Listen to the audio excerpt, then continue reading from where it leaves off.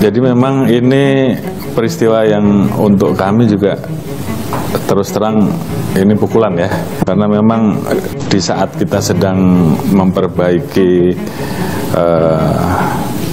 citra institusi, karena memang dari awal pada saat kita masuk kan kita juga memulai dari mendengarkan aspirasi masyarakat tentang harapan masyarakat tentang Polri. Kita akan start dari situ, dan itu kan kita sampaikan pada saat awal kita melakukan kegiatan fit and proper test di DPR, dan saat itu kita berdasarkan hasil survei awal kita di angka 74%, sehingga kemudian dengan melaksanakan berbagai program transformasi menuju Polri yang presisi pada saat itu, kemudian bagaimana kita mencoba mendengar dan kemudian apa yang menjadi aspirasi masyarakat, kemudian juga kita sesuaikan melaksanakan program-program untuk mengawal kebijakan pemerintah utamanya, dan kemudian hal-hal yang memang harus kita lakukan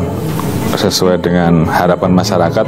Saat itu kan angka kita sempat naik menjadi 76%, artinya itu pekerjaan yang sangat berat, dan ini dilakukan oleh kita semua dari atas sampai bawah ini bareng-bareng. Makanya begitu ada peristiwa Sambo ini memang dampaknya luar biasa. Angka kita tiba-tiba turun di angka berapa? Sekitar 54 sekian ya dari Mas Burhan, dan tentunya ini pukulan buat kita tentunya.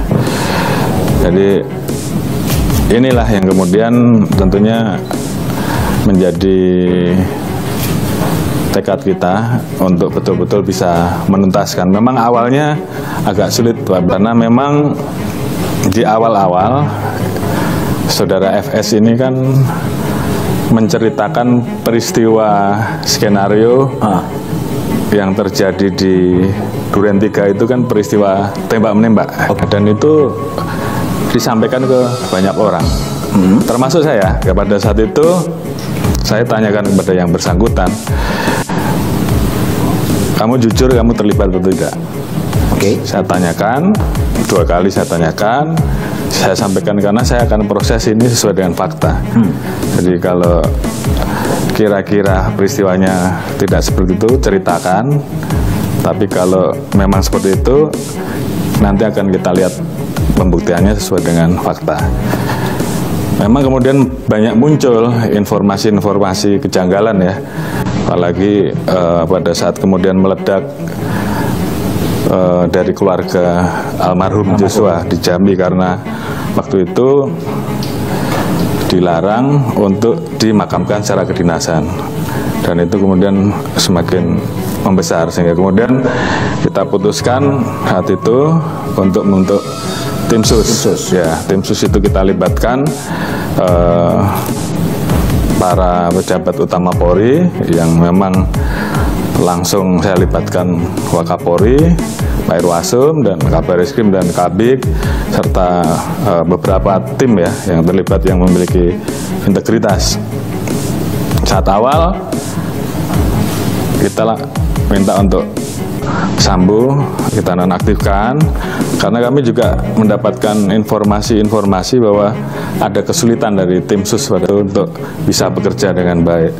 Kemudian saya dalami, dan ternyata memang saya mendapatkan informasi bahwa ada upaya untuk menghalang-halangi, mengintimidasi, bahkan membuat cerita-cerita di luar yang dilakukan untuk memperkuat skenario yang bersangkutan ke banyak orang lah, kepada orang-orang yang dianggap memiliki pengaruh lah seperti itu.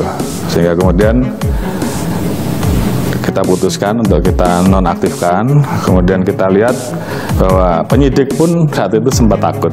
Nah, ada bahasa-bahasa bahwa mereka semua nanti akan berhadapan dengan yang bersangkutan. Sehingga dari situ kita putuskan 25 orang ya pada saat itu, termasuk yang bersangkutan, untuk kita mutasi demosi dan kita ganti dengan pejabat yang baru. Alhamdulillah begitu kita ganti saat itu proses mulai berjalan lancar. mulai terbuka.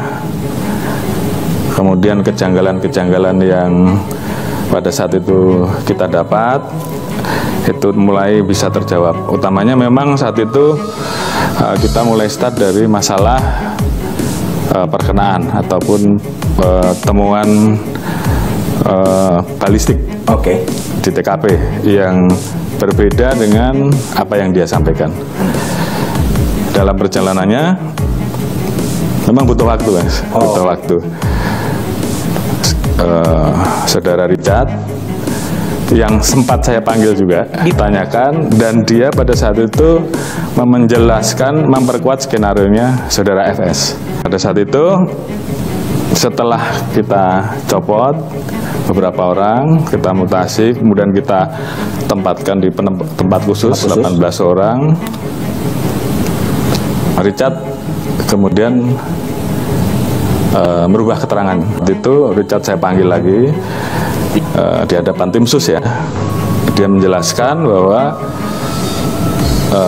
dia mau merubah keterangannya karena pada saat itu yang bersangkutan dijanjikan oleh saudara FS bahwa kalau Richard mau membantu menjelaskan perannya sesuai dengan skenario awal yang terjadi tembak menembak itu, dia akan dilindungi kan. Namun faktanya kan pada saat itu si Richard kita tetapkan sebagai tersangka, sehingga kemudian dia sampaikan ke saya, Pak, saya tidak mau dipecat, saya akan bicara jujur, kan begitu. Jadi ini memang melalui proses yang cukup panjang.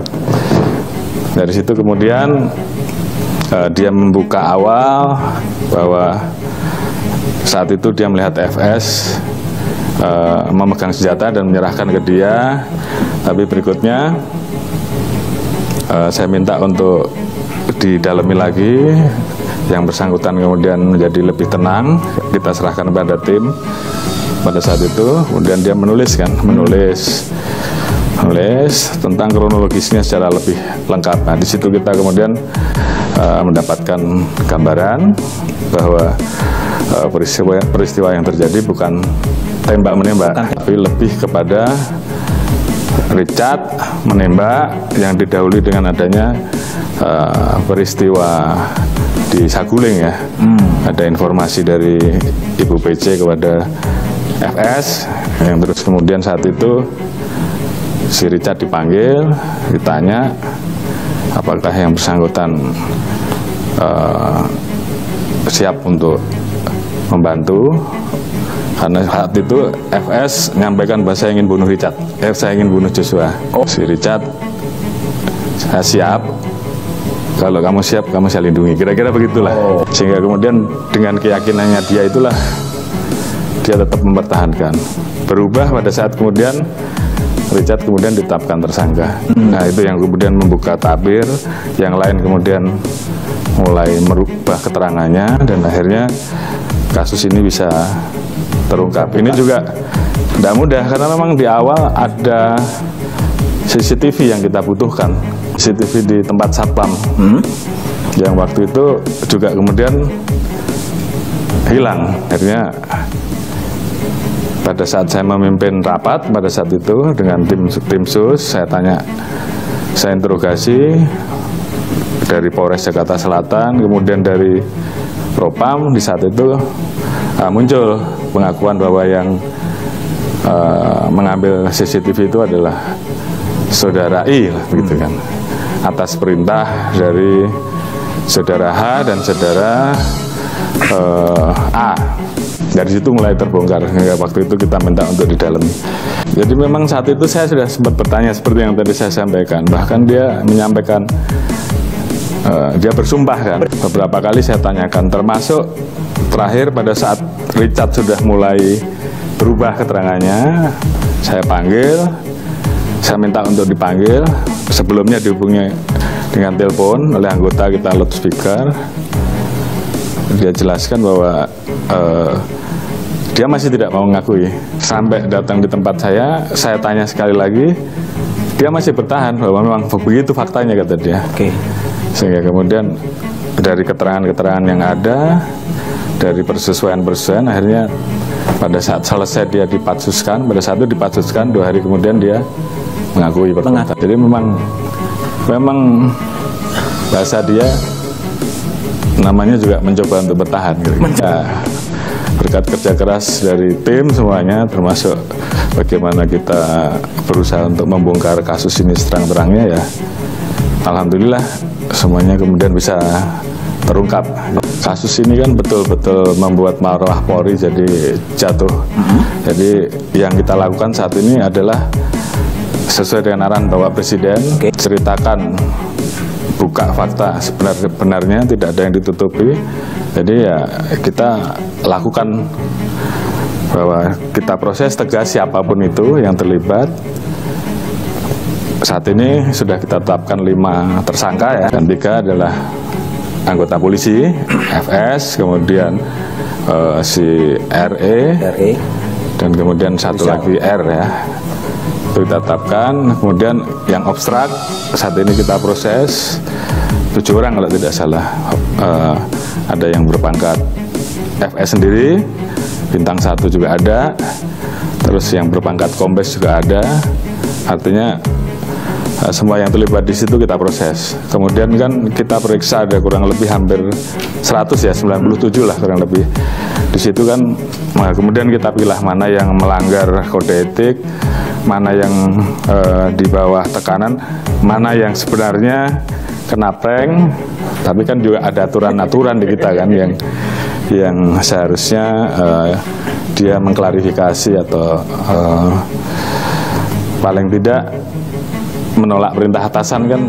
Kalau dianggap perintah itu salah kan juga itu ada aturannya. Jadi komitmen kita harus tindak tegas terhadap yang terlibat, karena ini adalah pertaruhan terkait dengan mengembalikan marwah Polri. Jadi 2 yang kita tempuh, ke dalam kita proses, pidana juga kita proses.